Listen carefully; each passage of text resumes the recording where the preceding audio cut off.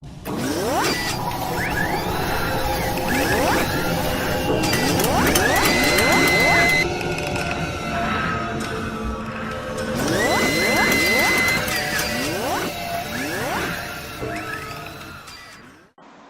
noite, meu nome é Davi. Boa noite, meu nome é Fagner. Estamos cursando Sistema de Informação. E o nosso dirigente, doutor Valente, professor da matéria de estatística, ele propôs um desafio para a classe, para a turma, né?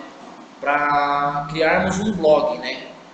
E esse trabalho em grupo, ele passou 5 itens que um blog deve conter, né?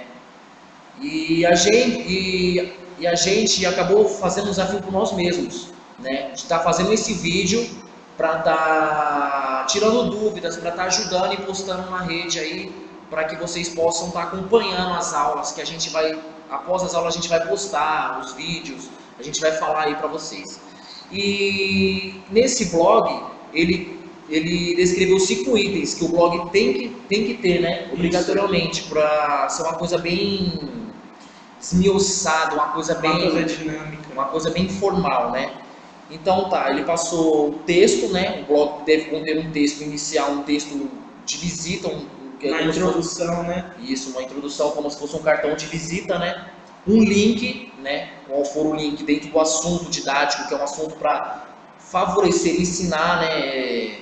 Dar ideias, né? Mostrar a fonte onde a gente pegou também. Isso, exatamente. Imagens, né? Que são as imagens relacionadas à matéria, relacionadas ao conteúdo ao que estamos estudando, né? E o vídeo, né? Que é o que a gente estamos fazendo.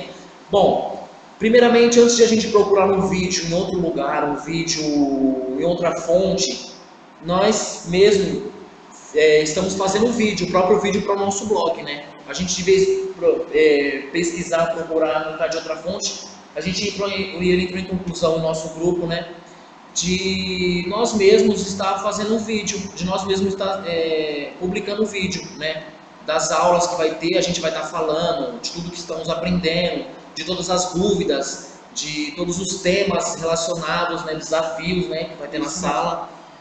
Mas é isso aí. Bom, então, primeiro passo para criar um blog tem que ter esses 5 itens que eu acabei de falar, né? E por último, que a gente vai colocar no nosso blog são os exercícios para você estar acompanhando, estar trabalhando, raciocinando, para estar aprendendo mais, né? Bom, e na aula passada, né, o professor falou da curva de graus, né? Isso, que é usada para testes de QI. Isso, para medir o QI, para ver, né?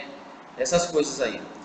Bom, e eu fiz várias pesquisas, né, sobre estatística, né? E estatística ela engloba tudo, né, hoje em dia, né? É uma coisa bem ampla.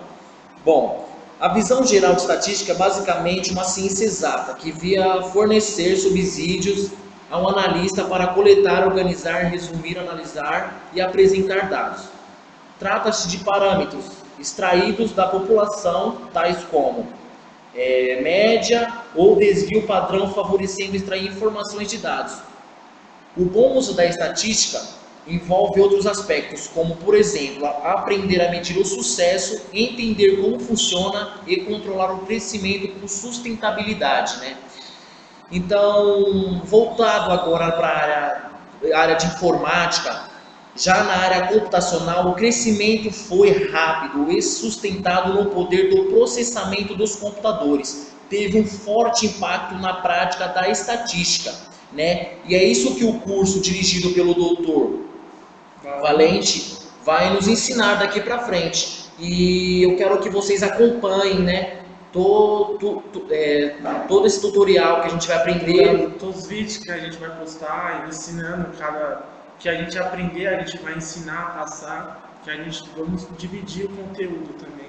Isso aí, a gente vamos dividir, e quem tiver interessado pode estar blogando aí e acessando aí, que a gente vai estar disponível para responder as críticas, responder as perguntas. A gente vai estar 24 horas aí à disposição. Isso mesmo. Boa noite, fica com Valeu. Deus.